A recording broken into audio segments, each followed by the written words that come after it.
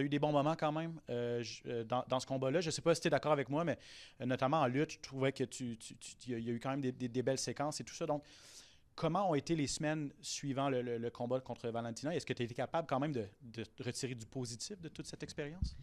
Alors pour être honnête, ça a été quand même très compliqué après ce combat-là. Moi, je suis pas arrivée à avoir de points positifs. Ça a été vraiment des longues semaines après de remise en question. Voilà, c'était vraiment très compliqué. Mais voilà, après, j'ai décidé de partir, du coup, repartir m'entraîner à Montréal, changer pas mal de choses dans mon entraînement. Et au final, aujourd'hui, je pense que c'est une bonne chose, en fait, cette défaite. Est-ce que c'est toujours comme ça? Tu es tellement perfectionniste que tu n'es pas capable de trouver du positif? Et est-ce que dans ton entourage, les gens essaient de te dire non, mais regarde, ça, c'était pas si mal?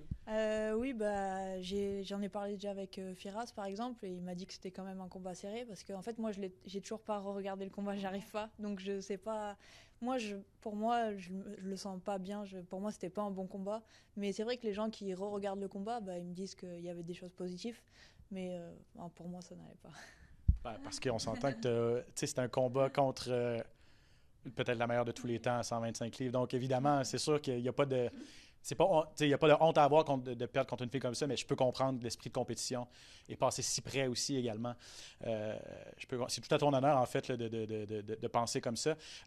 Puisque tu en as fait allusion, ce déménagement à Montréal, c'était vraiment dans le but d'un petit peu brasser la soupe, là, c'est ça, de changer d'air et tout ça? Oui, c'est ça. En fait, j'arrivais plus à m'entraîner. J'avais plus envie de m'entraîner chez moi. Après, depuis que j'ai commencé le MMA, je m'entraîne dans la même salle, dans le même endroit. J'avais jamais bougé. Donc, je me suis dit, c'est peut-être le moment. Vu que c'est pas passé, il faut changer quelque chose. J'ai dit, pourquoi pas retourner à Montréal. Un de mes coachs, Christophe Minot, avait aussi un contact avec Firas.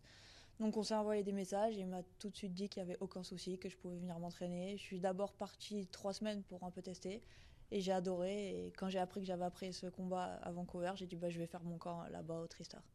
Euh, Est-ce qu'il y a des choses à Montréal, au Tristar, que tu as pu travailler, qu'il y avait peut-être moins de partenaires d'entraînement du côté de la France et des choses que tu as pu travailler plus spécifiquement à Montréal que tu avais peut-être moins la chance de faire en France?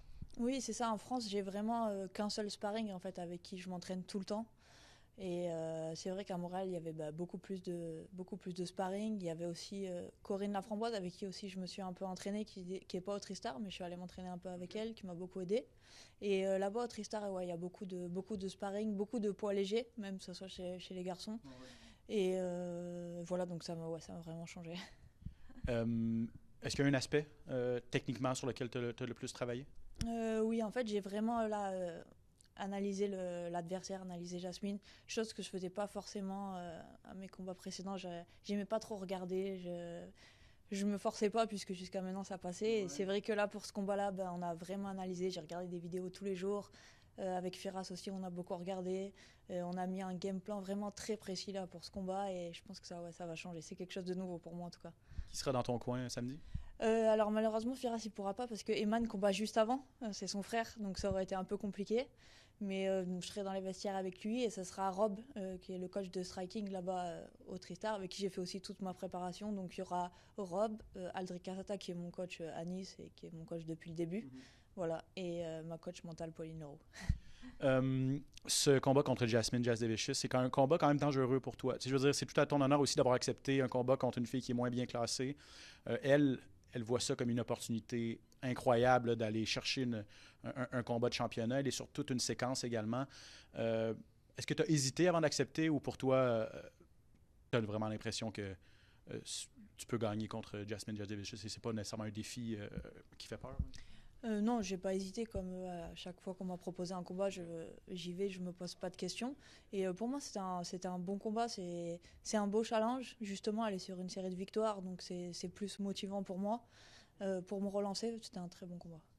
Quelle est sa plus grande force selon toi, la chose que tu devrais le plus surveiller? Je pense que c'est le fait qu'elle avance. Elle met tout le temps de la pression, elle avance, elle avance. Elle a un bon jeu au sol aussi. Et ouais, c'est surtout cette pression constante qu'elle avance, fait qu'avancer. On est souvent en train de regarder les styles de chaque combattant, combattante, puis on sait que ton bagage du côté du karaté, très agile avec tes coups de pied. Elle, c'est plus une spécialiste de lutte.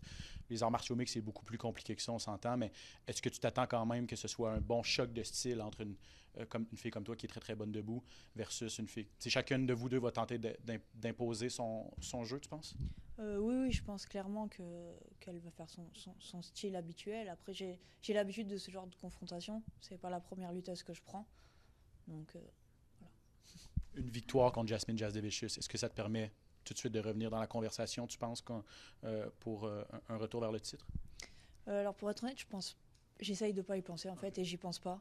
Je pense juste à ce combat-là, à ce que je dois faire pour ce combat-là, et à le gagner. Et la suite, on verra.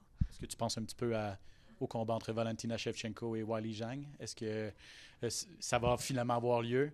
Est-ce que tu as une opinion sur le duel, et est-ce que tu penses que Zhang Weili va être capable de monter de catégorie de poids et de bien faire contre Shevchenko? Alors moi, je vois clairement Valentina gagner. Je pense qu'elle a beaucoup plus de fight IQ. Et en plus de ça, il y a la catégorie de poids. Donc elle va être plus costaud, plus lourde, plus de fight IQ. Donc je vois clairement Valentina s'imposer. Honnêtement, pour revenir à ton combat, je regarde la carte de samedi, c'est le combat qui a probablement le plus d'implications et le combat qui est le plus excitant à voir. Donc, très, très hâte de voir ce duel contre Jasmine Jasdevicius. Manon Fiorot, montréalaise d'adoption maintenant. Très hâte de voir comment tu vas te débrouiller. Merci énormément. Merci.